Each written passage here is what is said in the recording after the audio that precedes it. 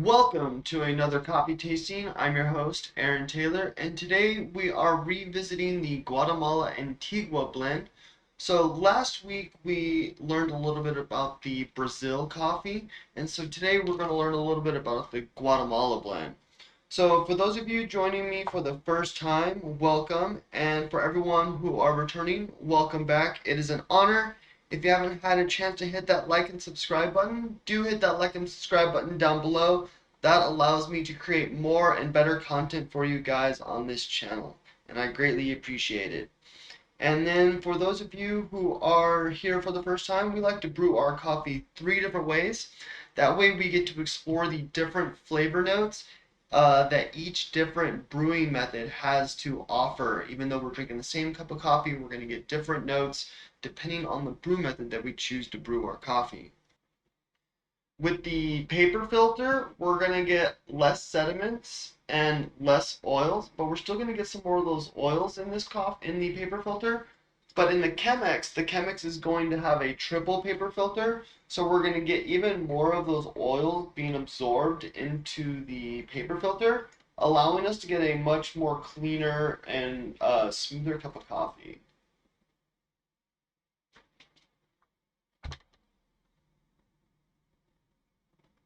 And so each of these methods have different grinds, proportions, and different amounts of water. And so with the pour over, we're getting one of the finer grinds, and then the Chemex is going to be on a slightly coarser grind than the pour over, and then the French press is going to have the coarsest of the grinds. And then each of them is going to serve a different amount of coffee as well. So with the French press, we're getting pretty much 2 servings. The Chemex, we're getting about a serving and a half, and then the pour over is just a single cup of coffee. So making sure that you get your grind and proportion right is very important because that can impact how long your brew takes.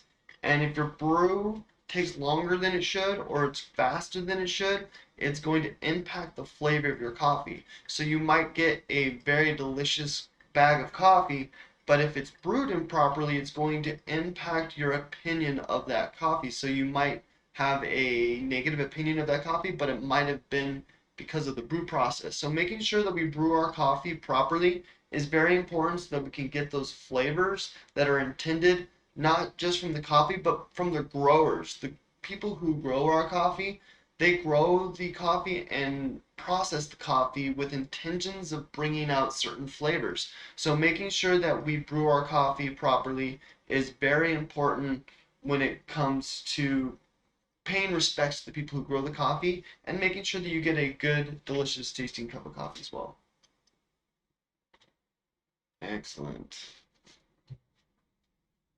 So this is one of my favorite core coffees. I tend to lean more towards the Latin American coffees because we do get those milk chocolate notes. And this one's going to have cocoa notes with a subtle spice notes.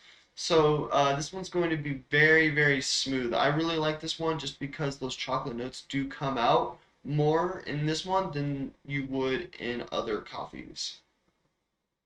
And the reason why that is because of that subtle spice. So in some other coffees, we're getting like bright citrus flavors, maybe a tangerine sweetness. And with those coffees, we really get those intense bright notes. But with this one, because it's a subtle spice, that spice is going to be those bright notes we get, and they're not as intense as like a citrus note.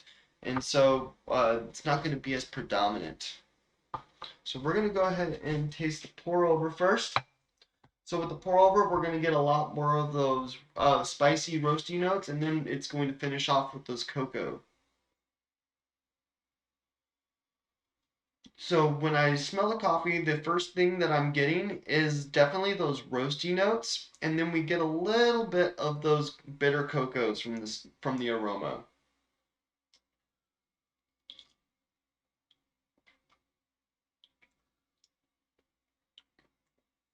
Oh yeah, so immediately right off the bat, we're getting those intense roasty flavors on the sides of our tongue, but it doesn't linger on very long. And then as it washes away, we're starting to get those milk chocolate notes. But with those bright roasty flavors, they do leave a little bit of a dry palate on your tongue, so it has that dry mouth feeling, and that's going to be because of those bright roasty notes and those oils from those flavors that we're getting. So this is good. This has got a nice like warm feeling to it in terms of flavor, like you're sitting in front of a campfire or maybe like a uh, in front of your fire in your home, giving you that feeling of warmth. And so that's what those roasty notes mimic. Is like a feeling of warmth and sitting in front of a fire. So even when this coffee gets cold, it's gonna still have that warm feeling just from those notes. With the Chemex, we are getting less of those oils and a lot less of those sediments. So it's gonna be a much cleaner cup of coffee. It's gonna be much smoother and much cleaner as well. So those roasty notes aren't going to be as intense and those allowing for those bitter notes to come forward, but those bitter notes are still going to be very subtle. So we're going to get very subtle bitter chocolate notes with a little bit of roasty flavor. So as I smell this coffee, we're definitely getting a lot more of those chocolate notes coming forward. The roasty flavors isn't definitely driving the cup of coffee in terms of the aroma.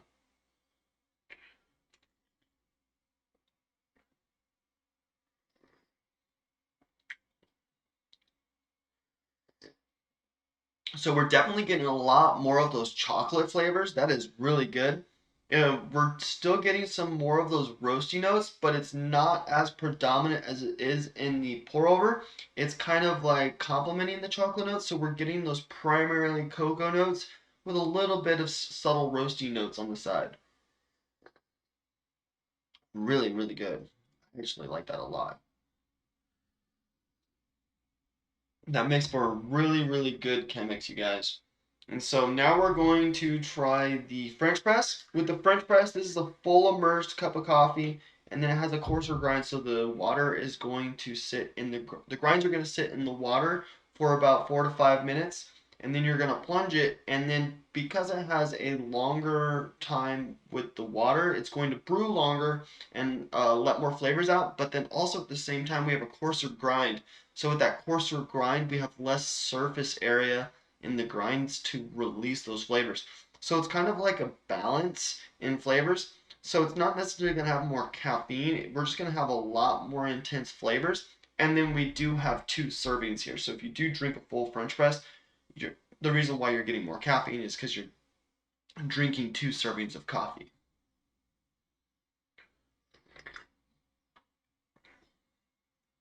Ooh, that's really good. So with the French press, we're primarily getting those chocolate notes. Those roasty notes are almost nearly non-existent because those bitter notes are so forward and we're primarily getting those chocolate notes.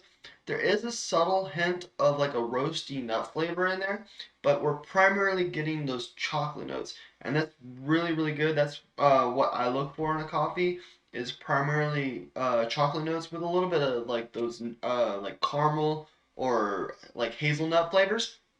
And because the bitter chocolates come forward so much, it dies down the roastiness and actually like exposes some of those nutty flavors that those roasty notes have when those roasty notes, excuse me, aren't so intense. Whew, really, really good. So my favorite brew process for the Guatemala Antigua, you guys, is the French press, just because we're getting those intense bitter chocolate notes.